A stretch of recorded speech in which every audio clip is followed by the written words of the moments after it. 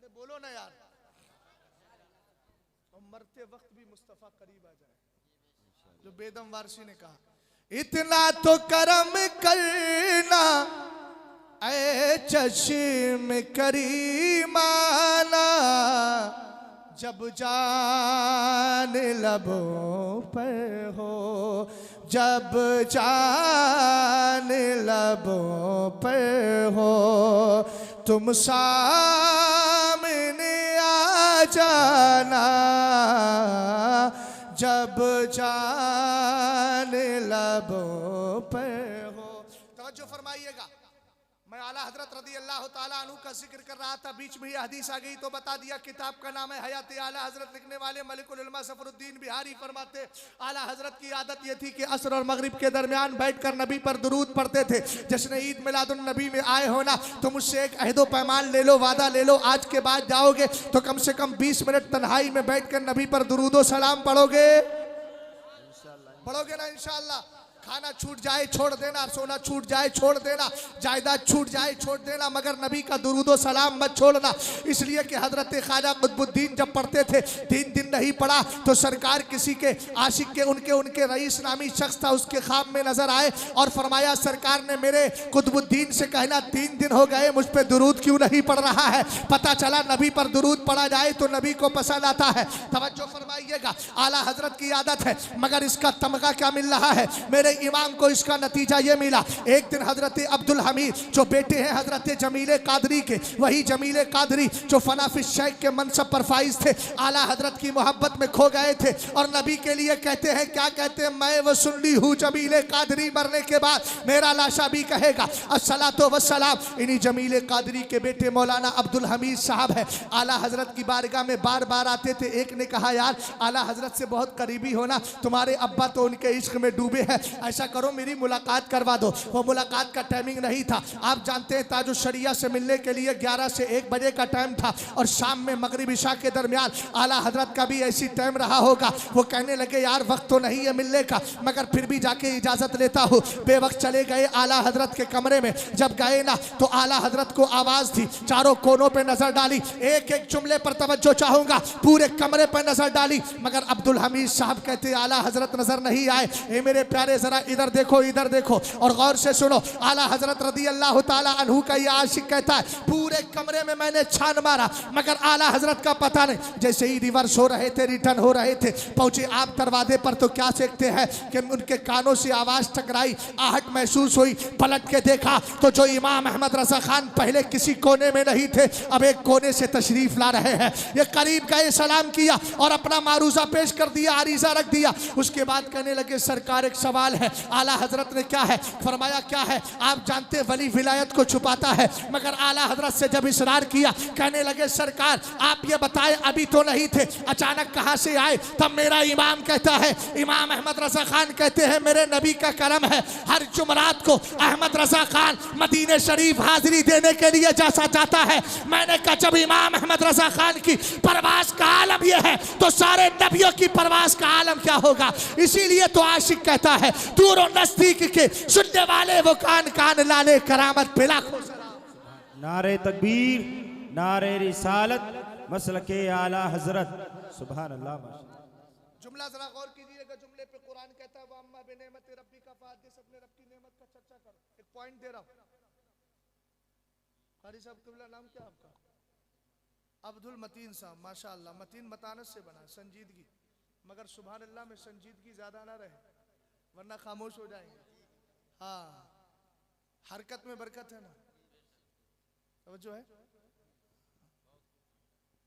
इधर देखिएगा जरा, एक होता है जिक्र और एक होता है चर्चा। हजरत मौलाना सोहेल साहब किबला के पास में आया, मैंने कहा, कारी अब्दुल मतीन साहब बहुत अच्छे आदमी है, ये जिक्र है कि चर्चा? जिक्र। बोलो क्या है? मैंने 2 लोगों को बिठाया, नाजिम साहब को बिठाया। नाजिम साहब आप जानते हैं सरकार ताजुल शरिया बहुत अच्छे आदमी थे। कहा, अच्छा ये क्या है, जिक्र है कि चर्चा?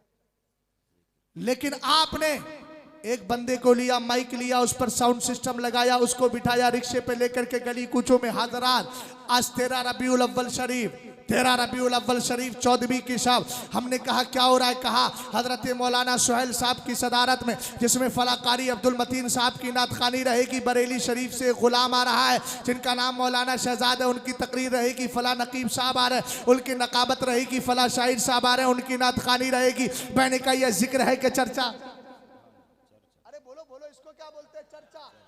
मैं बहुत आसानी से समझा देना चाहता हूँ, कुरान ने क्या कहा, व अम्मा बिनिअमति रब्बिका फहद्दिस, अपने रब की नेमत का चर्चा करो। अगर समझे हो थोड़ा बहुत तो बोलो मोहब्बत से। जिक्र का भी लफ्ज है और चर्चे का भी लफ्ज है, ये सरकार के लिए दोनों। अभी हदीस जिक्र पर भी सुनाऊंगा और चर्चे पर कुरान की आयत देखो अल्लाह क्या फरमा रहा है, मेरे महबूब अपने रब की नेमत का चर्चा करो। हमने का सबसे पहले ऑर्डर हुआ, कुरान उतरा मुस्तफ़ा पे, डायरेक्ट आया मुस्तफ़ा पे, बिला वास्ता आया मुस्तफ़ा पे। सबसे पहले जब मुस्तफ़ा पे उतरा तो कुरान में जहां जहां ऑर्डर आ गया है, कुरान की बहुत सारी आयतें ऐसी हैं कि जहां मुस्तफ़ा से खिताब होकर हुक्म उन्हीं के लिए है। तो सबसे पहले ऑर्डर किसको मिला, मेरे मुस्तफ़ा को मिला। अब क्या कहा गया, महबूब अपने रब की नेमत का चर्चा करो। हमने कहा कौन सी नेमत, सबसे बड़ी नेमत कौन सी नेमत, हमने कहा कौन सी नेमत। तो आइए जरा नेमत की बात चलती है तो 11वें पारे में निस्बत भी बड़ी प्यारी है, 11वीं वाले की निस्बत है, 11वां पारा है, कुल बिफज़लिल्लाहि व बिरहमतिहि फबिज़ालिका फलयफ़रहू हुवा खैरुम मिम्मा यजमऊन। कुरान कहता है ए मेरे महबूब आप फरमा दीजिए अल्लाह के फजल और उसकी रहमत पर खुशियां मनाए, लोग खुशियां मनाए। हमने कहा अगर खुशियां मना लेंगे तो होगा क्या, फरमाया पूरी दुनिया की नेमतें एक परले में रख दो और एक तरफ मेरे मुस्तफ़ा के मीलाद की खुशी रखो। वो नेमतें इतनी भारी नहीं जितना मुस्तफ़ा के मीलाद की खुशी है। सुभान अल्लाह, अब हो गया जिक्र, हमने 2-4 लोगों को कमरे में जमा किया, नबी की नात पढ़ी, नबी का जिक्र किया, कुरान पढ़ा, हदीस पढ़ी, कभी वद्दुहा बोला, कभी वल्लैल बोला, कभी वन्नज्म बोला, वमा यंतिकु अनिल हवा बोला, कुरान की तिलावत करते चले गए। ये तो प्यारे जिक्र था, लेकिन जुलूसे मोहम्मदी निकाल रहे हैं, हाथों में झंडियां है, हाथ में माइक है, गली कूचे में घूम रहे हैं। हमने कहा क्यों घूमते हो, तो आप कहेंगे मौलाना अगर कोई आपसे सवाल करता है ये कहाँ है इसका सबूत, तो कहना इसका सबूत अल्लाह ने वद्दुहा में कुरान पाक की सूरह वद्दुहा में दिया और वद्दुहा से मुराद मुस्तफ़ा का रोशन चेहरा है। पता ये चला वअम्मा बिनिअमति रब्बिका फहद्दिस का मफाद ये है कि अपने रब की नेमत का चर्चा करो और इसका हुक्म भी है सूरह वद्दुहा में और इससे मुराद मेरे मुस्तफ़ा का चेहरा है। अब नतीजा दे रहा हूँ, पता ये चला चेहरे पे उन्हीं के नूर आएगा जो मुस्तफ़ा के मीलाद से खुशियां मनाया करेंगे। नारे तकबीर, नारे रिसालत, अज़मत मुस्तफ़ा, नारे तकबीर, नारे रिसालत। अच्छा बोलो सरकार से बड़ी कोई नेमत हो सकती है नहीं। लौला कलमा खलक़तुल अफ़लाक वल अर्द, तू ना होता तो पैदा ही नहीं करता। तो बोलो जिसके सदक़े में सब कुछ बना और बरेली का इमाम बोला वो जो न थे, ऊंचा बोलो वो जो न थे तो कुछ न था, वो जो ना हो जान है वो जहान की जान है। तो अल्लामा की तरफ से एक नुक्ता दे देता हूं, जिनको मेराज समझ में नहीं आती है, मेराज कि सरकार मेराज में गए 27 साल रहे, कुंडी हिलती रही, बिस्तर गर्म रहा, माइंड एक्सेप्ट नहीं करता। मैंने कहा मुझे मेरा माइंड तुझे एक्सेप्ट नहीं करता। बोले वो कैसे, मैंने कहा अगर समझना है तो समझ। हजरत अल्लामा सुहेल साहब मान लीजिए इन्हीं की मिसाल दे रहा हूँ, शादी हुई इनकी 2011 में, इनके ससुराल वालों ने घड़ी दी, घड़ी थी चैन की, कहा मुफ्ती आजम का फतवा है मैं नहीं पहन सकता। घड़ी इन्होंने ली उठा के रख दी, कि यार ऐसा ना हो सेल फूक जाए, जंग चढ़ जाए, ख़राब हो जाए। इन्होंने सेल निकाला, निकालने के बाद में क्या किया, छोड़ दिया। 11 साल के बाद याद आया कि चलो यार ससुराल का माल है तो फीता डाल के ही काम चला लिया जाए। तो ये गए घड़ी वाले की दुकान पर, वहाँ जाकर के सेल लिया। अब जब इन्होंने सेल निकाला था तो घड़ी में बज रहे थे 12। अब 12 साल के बाद जब सेल डाला तो कितने बजेंगे। मैंने कहा यार 12 साल गुजर के भी 12। तो आप क्या कहेंगे मौलाना, असल मामला यह है कि घड़ी की जान का नाम है सेल। घड़ी की जान का नाम है सेल। जब सेल निकाल लिया, जान निकल गई तो घड़ी चलेगी कैसे? मैंने कहा घड़ियों का तसव्वुर और घड़ियों की मिसाल तुझे समझ में आती तो ये क्यों नहीं समझ में आती कि जब मुस्तफ़ा गए थे, जमीन को छोड़ा था, आसमान को छोड़ा था, अर्श को छोड़ा था, कुर्सी को छोड़ा था, लौ को छोड़ा था, कलम को छोड़ा था, हमें मकान को भी छोड़ दिया था, ला मका में चले गए। हमने कहा जब ला मका में गए तो अल्लाह ने कहा जान तू आ गई ना, तो ये पूरी कायनात बेजान हो गई। और जब बेजान हुई तो सिस्टम को रोक दिया गया। बरेली का इमाम बोला वो जो न थे तो कुछ न था, वो जो न हो तो कुछ न हो, हमें जान है वो जहान की, जान है तो जहान है। जब तक जान थी तो जहान चलता रहा और जब जान चली गई तो जहान को रोक दिया गया। नारे तकबीर, नारे रिसालत, जश्न ईद मिलादुन नबी, फैज़ान आला हज़रत मुफ्ती शहजाद आलम साहब किबला, जश्न ईद मिलादुन नबी, नारे तकबीर, नारे रिसालत, मुसलमानान बहादुरगंज, बड़ा धीरे बोले, तेज बोलो, मुसलमानान बहादुरगंज, नारे तकबीर, नारे रिसालत, सुभान। तुम लोग तो इज्तिमाई ज़िद्दैन कर रहे हो, एक तो बहादुरगंज के लोग और आहिस्ता बोल के अपनी बहादुरी के खिलाफ करें, तो दो अपोजिट चीज़ों को जमा करना हुआ, आग और पानी दोनों मिला के। हमें बहादुरों की आवाज़ कभी धीमी होती ही नहीं है, और हम तो यही कहते हैं दहन में ज़बां, हमें जिसके लिए है तो आवाज़ भी तो उसी के लिए है। कब निकालेंगे बुलंद आवाज़ से? बोले हाँ। अब तवज्जो फरमाइएगा, मैं अर्ज कर रहा था सरकार से बढ़कर कोई आपको सबूत मिला? सबूत मिला? अगर कोई कहे कि जुलूस मोहम्मदी निकालते हो, दर दर इधर उधर जाते हो, चर्चे करते हो, इधर उधर जाकर के आप चक्कर लगाते हो, उससे कहना हम क्या करें, हमें कुरान ने हुक्म दिया है, उसी पे अमल कर रहे हैं, और सबसे पहले हुक्म मिला है मुस्तफ़ा करीम अलैहिस्सलाम को। यहीं पर आला हजरत का एक जुमला कोट कर देता हूँ। मेरा इमाम है, बरेली की सरजमीन से गया है, हजरत फजलुर रहमान गंज मुरादाबादी की बारगाह में एक वली कामिल है। ये कौन है? आला हजरत के दोस्त मुहद्दिस सूरती के पीरो मुर्शिद है, जो मुहद्दिस सूरती पीलीभीत में आराम कर रहे हैं। बहुत बड़े वली कामिल है, मुहद्दिस सूरती के पीर हजरत फजलुर रहमान गंज मुरादाबादी। हमें इनका आलम यह था, अंग्रेज मिलने आया तो किसी ने कहा सरकार एक अंग्रेज मिलने के लिए आ रहा है, कुर्सी का इंतजाम फरमा दे। कहा कुर्सी की क्या जरूरत है? फरमाया सामने पानी का मटका रखा, उल्टा कर दे, इसी पे बिठा दे। हजरत फजलुर रहमान गंज मुरादाबादी की बारगाह में जब आला हजरत गए, ये तो हम लोगों की बड़ी कमजरफी होती है, बाहर जाते हैं तो भाई पोस्टर में खलीफा ताजुश शरिया जरूर लिखवाना, ताकि ज़माना समझ जाए कि भी ताजुश शरिया के खलीफा है तो इज्जत बढ़ जाए। मगर कुर्बान जाएं आला हजरत की ज़ात पर, कुर्बान जाएं सरकार मुफ्ती आदम की ज़ात पर। आला हजरत जब फजलुर रहमान गंज मुरादाबादी की बारगाह में पहुँचे तो एक खादिम से कहा जाओ जाकर के ये मत बताना अहमद रज़ा खान आए, बल्कि ये जाके कहना बरेली से कोई शख्स आपसे मिलने के लिए आए हैं। मगर आप जानते हैं वली की नज़रों से छुपता क्या है? अल्लाह ताला नज़रों से पर्दा हटा देता है। उधर से फजलुर रहमान गंज मुरादाबादी ने कहा अरे मौलाना अहमद रज़ा खान से कहना इधर क्यों आए हो? मलफूज शरीफ को पढ़ लीजिए, उसके शुरू में मुकद्दमे में इस वाक़ये को जिक्र किया गया है। फरमाते आला हजरत के लिए पैगाम भेजा, का उनसे कहना तुम यहाँ क्यों आए हो? तुम्हारे घराने से तो रूहानियत का फैज़ भी बढ़ता है, इल्म का फैज़ भी बढ़ता करता है। मगर आला हजरत को 3 दिन तक आपने ज़ियाफ़त मेहमान नवाजी के लिए रोका। वो आला हजरत जिसके इल्म का कि कोई हद नहीं, वो आला हजरत जब जाते थे तो हमारी तरह फालतू बैठ के बातें नहीं करते थे। रिश्तेदारों से उलमा से मिले तो बताओ तुम मदरसे में पढ़ते थे तो चावल बहुत खाते थे, रोटी बहुत खाते थे, ये करते थे वो करते थे। नहीं, आला हजरत फरमाते हैं मैं जब दूसरा हज करने गया तो उलमा से मिलके इल्म की महफिलें सजाया करता था। यहाँ पहुँचे सबसे पहला सवाल किया, हुजूर ये बताइए जश्न ईद मिलादुन नबी क्या है?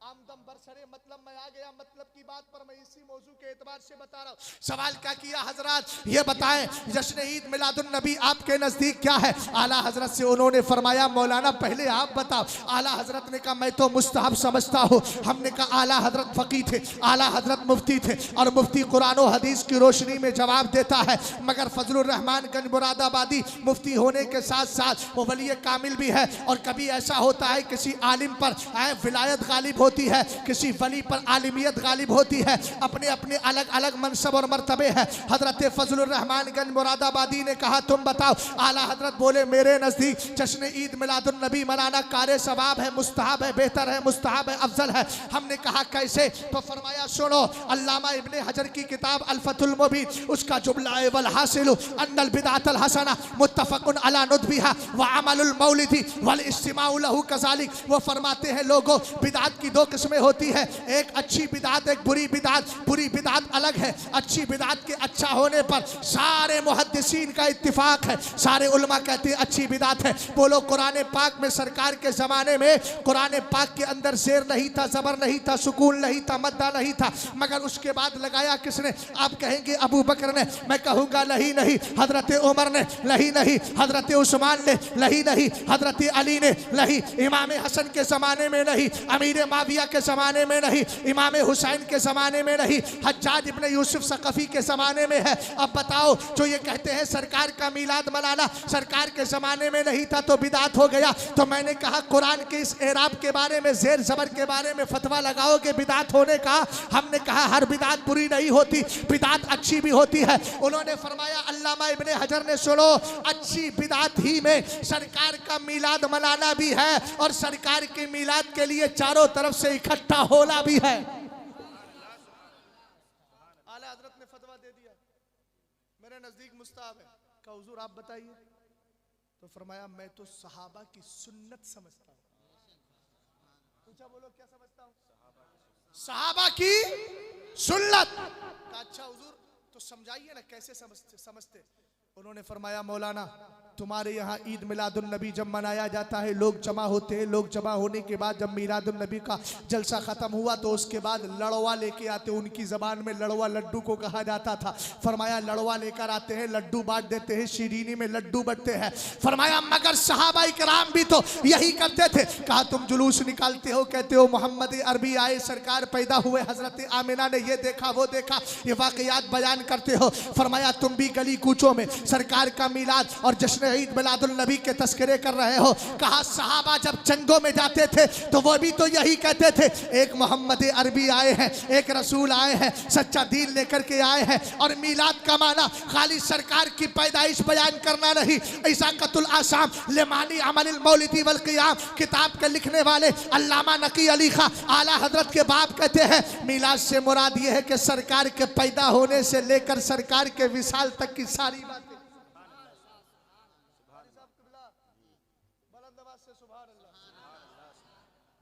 इमामों को ज्यादा जरूरत है खजूर के दरख्त लगवाने की। हाँ, इसलिए कि पूरी कौम पीछे है। कई सौ पेड़ लगवा के जाइए, लगवाइए। कई सौ लोग पीछे पीछे आपके होंगे, कम से कम उनको साथ लेके जाएंगे तो कह तो देंगे मौला ये पेड़ इसका है, ये पेड़ मेरा है, ये फला का है। तो ये भी तो इख्तियार होगा, क़यामत के दिन नहीं होगा। तवज्जो है आपकी? आगे गौर कीजिएगा। उन्होंने क्या फरमाया? सरकार के सहाबा जाते जंगों में जाकर यही तो कहते हैं जो तुम कह रहे हो। शक्ल पाली गई। हमने कहा हम तो मिलाद नबी का जब जुलूस मनाते हैं ना तो तिलहरी में रहते हैं, सहाबा तो पूरी दुनिया में घूम घूम के सरकार के मिलाद के तस्करे कर रहे थे। अभी शक्ल मिलाऊंगा और देखिएगा, जरा गौर कीजिएगा। उसके बाद उन्होंने क्या फरमाया? कहा इधर लड़वा यानी लड्डू है, उधर शीरीनी के तौर पर मेरे मुस्तफा करीम के सहाबा की गर्दनें हैं। वो गर्दनें पेश करते थे, हम तो खाली लड्डू पेश कर देते, वो गर्दनें पेश करते थे। अब आपसे कोई कहे गली कूचों में घूम घूम कर सरकार के तस्करे करते हो तो कहना हाँ हाँ इसका भी तो सबूत है, हदीस पाक को उठा लीजिए। आइए पहले मैं उनके सवाल का जवाब दे दूं। हजरत अगर इजाजत हो तो एक सवाल किया जाता है उनका कि सरकार तो 12 रबीउल अव्वल शरीफ को विसाल किया था, सरकार की वफात हुई थी, तो 12 को आप जश्न ईद मिलादुन नबी क्यों मनाते हो? वफात में तो गम होता है। तो मैं जुमला दे रहा हूं, अल्लाह करे ज़हनो दिमाग में बैठ जाए। उनसे कहना जश्न वो ना मनाए जिसका मर गया हो, मेरा तो जिंदा है। अब आप कहेंगे मौलाना ये तो दावा है, दलील। मैं कहूंगा उठाओ हदीस पाक। सरकार अलैहिस्सलाम फरमाते इन्ना मिन अफजली अय्यामिकुम यौमल जुमाती फीही खुलिका आदम व फीही कुबिदा व फीही नफखतु व फीही साका। फ़ाक्सिरुस्सलाता अलैया फ़ी फ़इन्ना सलातकुम मारूज़तुन अलैया क़ाला क़ालू या रसूल अल्लाह कैफ़ तुरदु सलातुना अलैका वक़द अरिमता क़ाला इन्नल्लाह अज़्ज़ व जल्ला हर्रमा अलल अर्दि अन ताकुला अजसादल अंबियाई फ़नबियुल्लाहि हय्यु युरज़क़। अरे बोलो यार, प्यार से बोल जाओ। हदीस के टुकड़ों पर जरा गौर कीजिएगा। पहले जुमले का तर्जमा छोड़ रहा हूं, उसका बाद में करूंगा, तू के दूसरा मुझे जवाब देना है। सैने अभी एक जुमला क्या किया था, आपसे अर्ज किया था, मिलाद वो ना मनाए जिसका मर गया हो हमारा तो। आप कहेंगे मौलाना जिंदा है तो दलील क्या है? मेरे नबी ने फरमाया जुमे का दिन आए तो मुझ पे कसरत से दुरूद पढ़ा करो, इसलिए कि तुम्हारा दुरूद मेरी बारगाह में पेश किया जाता है। सहाबा ने अर्ज किया का, और सहाबा का ये सवाल शक और डाउट के तौर पर नहीं था, बल्कि कयामत तक आने वाले सरफिरों के जवाब के तौर पर था। सहाबा सवाल कर लेते हैं, हम दीवानों को जवाब मिल जाया करता है। सहाबा ने अर्ज किया का, आपके विशाल के बाद हमारा दुरूद आप पर कैसे पेश किया जाएगा? वक़द अरिब था, जबकि आपके जिस्मे नाज की हालत बदल जाएगी। तब मेरे नबी ने फाइनल जुमला दिया, एक नजरिया और अकीदा दिया, सरकार को जिंदा मानना, नबियों को जिंदा मानना। ये खाली अबू बकर का अकीदा नहीं, खुद मुस्तफ़ा का भी मानना है, खुद सरकार का बताया हुआ है। आका करीम ने फरमाया, अल्लाह ने जमीन पर हराम फरमा दिया है कि वह नबियों के जिस्मों को खाए, तो सारे नबी अपनी कब्रों में जिंदा है। हदीस में मेरे सरकार ने फरमाया, मररतु लैलता उसरी अबी अला मूसा व हुवा युसल्ली काइमन फी कब्रिही। फरमाया मेराज की रात जब मैं जा रहा था ना, तो मेरा गुजर हजरत मूसा की कब्र के करीब से हुआ। मैंने कहा सरकार क्या देखा? फरमाने लगे, मैंने देखा कि हजरत मूसा अपनी कब्र में खड़े होकर नमाज पढ़ रहे हैं। अच्छा, जिंदगी पर एक दलील और दे रहा हूं, बिल्कुल सटीक दलील है, आसान। अल्लाह न करे हम में से किसी का इंतकाल हो, इंतकाल तो होना है मगर अल्लाह लंबी उम्र दे। मान लीजिए अब्दुल रहमान भाई कोई हो, आप में से अगर हो तो मानिएगा मत, मैं आपको नहीं कर रहा हूँ, मिसाल दे रहा हूँ। वरना आदमी कहेगा यार पता नहीं मौलाना साहब ने बताया अब्दुल रहमान कोई, बाकी सब अब्दुल रहमान है, रहमान के सब बंदे हैं, मैं भी हूँ आप भी हैं। समझ गए? इस्लाम बहुत पीछे जा रहा है, तो वो बीच में आ गया, इस्लाम और पीछे जा रहा है, फिर आ गया इस्लाम और पीछे जा रहा है, सामने आके बैठ गया, बोले हजरत का सर पे बैठ जाए। वो कह रहे थे इस्लाम को, वो समझा कि मेरा नाम ले रहा है। समझ गया? आप लोग समझदार लोग हैं। पीर साहब थे ना, कहीं तशरीफ ले गए, तलने का वक्त हुआ, कहने लगे इजाजत दे दो, तो शौहर बोला हुजूर अभी रुक जाइए। अंदर गया, बीवी से बोला वो खाने होने में का कुछ कमी की है क्या, खिदमत में कुछ कमी होगी? बोली क्या हुआ? कहा कि वो इजाजत मांग रहे हैं। तो कहा कि इजाजत मांग रहे हैं? तो वो भी बड़ी समझदार थी, उसने मचान में देखा, दुकान में देखा, इधर देखा उधर देखा, ये उठाया वो उठाया, दुखा के बोली हजरत से कह देना मिल नहीं रही है, जब मिल जाएगी तब भेज दे। तो ऐसा तो नहीं आप समझदार लोग हैं, जरा जी लगा के मोहब्बत से बोल दे सुभान अल्लाह। बात आगे बढ़ाऊं। सरकारे दो आलम सल्लल्लाहु ताला अलैहि वसल्लम जिंदा, अल्हम्दुलिल्लाह जिंदा है, और हम जिंदा नबी ही से प्यार करते हैं, और जो जिंदा नबी से प्यार करता है, जिंदा नबी को जिंदा मानता है, मरने के बाद वो खुद भी जिंदा हो जाता है। ये मैं नहीं कहता, फतावा रज़विया की 11वीं जिल्द में सरकार फरमाते हैं, हदीस पाक आला हजरत ने नकल की, क़ाल नबी सल्लल्लाहु ताला अलैहि वसल्लम इज़ा मातल मोमिन युखल्ला सरबहु यसरउ हैसो यशा। सरकार ने फरमाया जब ईमान वाला मर जाता है, रास्ता खाली, जहां चाहता है वहां की सैर कर दिया। सैर मुर्दा करता है कि जिंदा? पूछा, बोलो कौन करता है? और अभी तो आपको लंबा सफर करना है तो प्लेन ट्रेन सब करेंगे, मगर जब उस वक्त मर जाएंगे, ईमान लेकर जाएंगे, लहद में इसके रुखे से का दाग लेके चले, अंधेरी रात सुनी थी चराग लेके चले, जब इस तरह जाएंगे ना तो दफन होंगे तिलहर में, मदीने में थोड़ी देर में ही हाजिरी हो जाएगी, अजमेर का दीदार हो जाएगा, बगदाद मोहल्ला में आपका गुजर हो जाएगा, ये कमाल मिल जाएगा रब्बे कदीर के फजल से। और इस्लाह में एक गुफ्तगू करके आगे बढ़ जाओ। लोग कहते हैं फला पे राम भरोसे आ गया, फला काफिर मरा था उस पे ये आ गया। मैंने कहा ये इस्लाम के खिलाफ नजरिया है। किसी काफिर की रूह किसी के जिस्म पर नहीं आती, अब ईमान वाला तो छोड़, खुद काफिर के ऊपर भी नहीं आती। इसलिए कि सदरुस शरिया अपनी किताब बहार शरीयत में लिखते हैं, जब ईमान वाला मरता है उसकी रूह के लिए रास्ता खाली कर दिया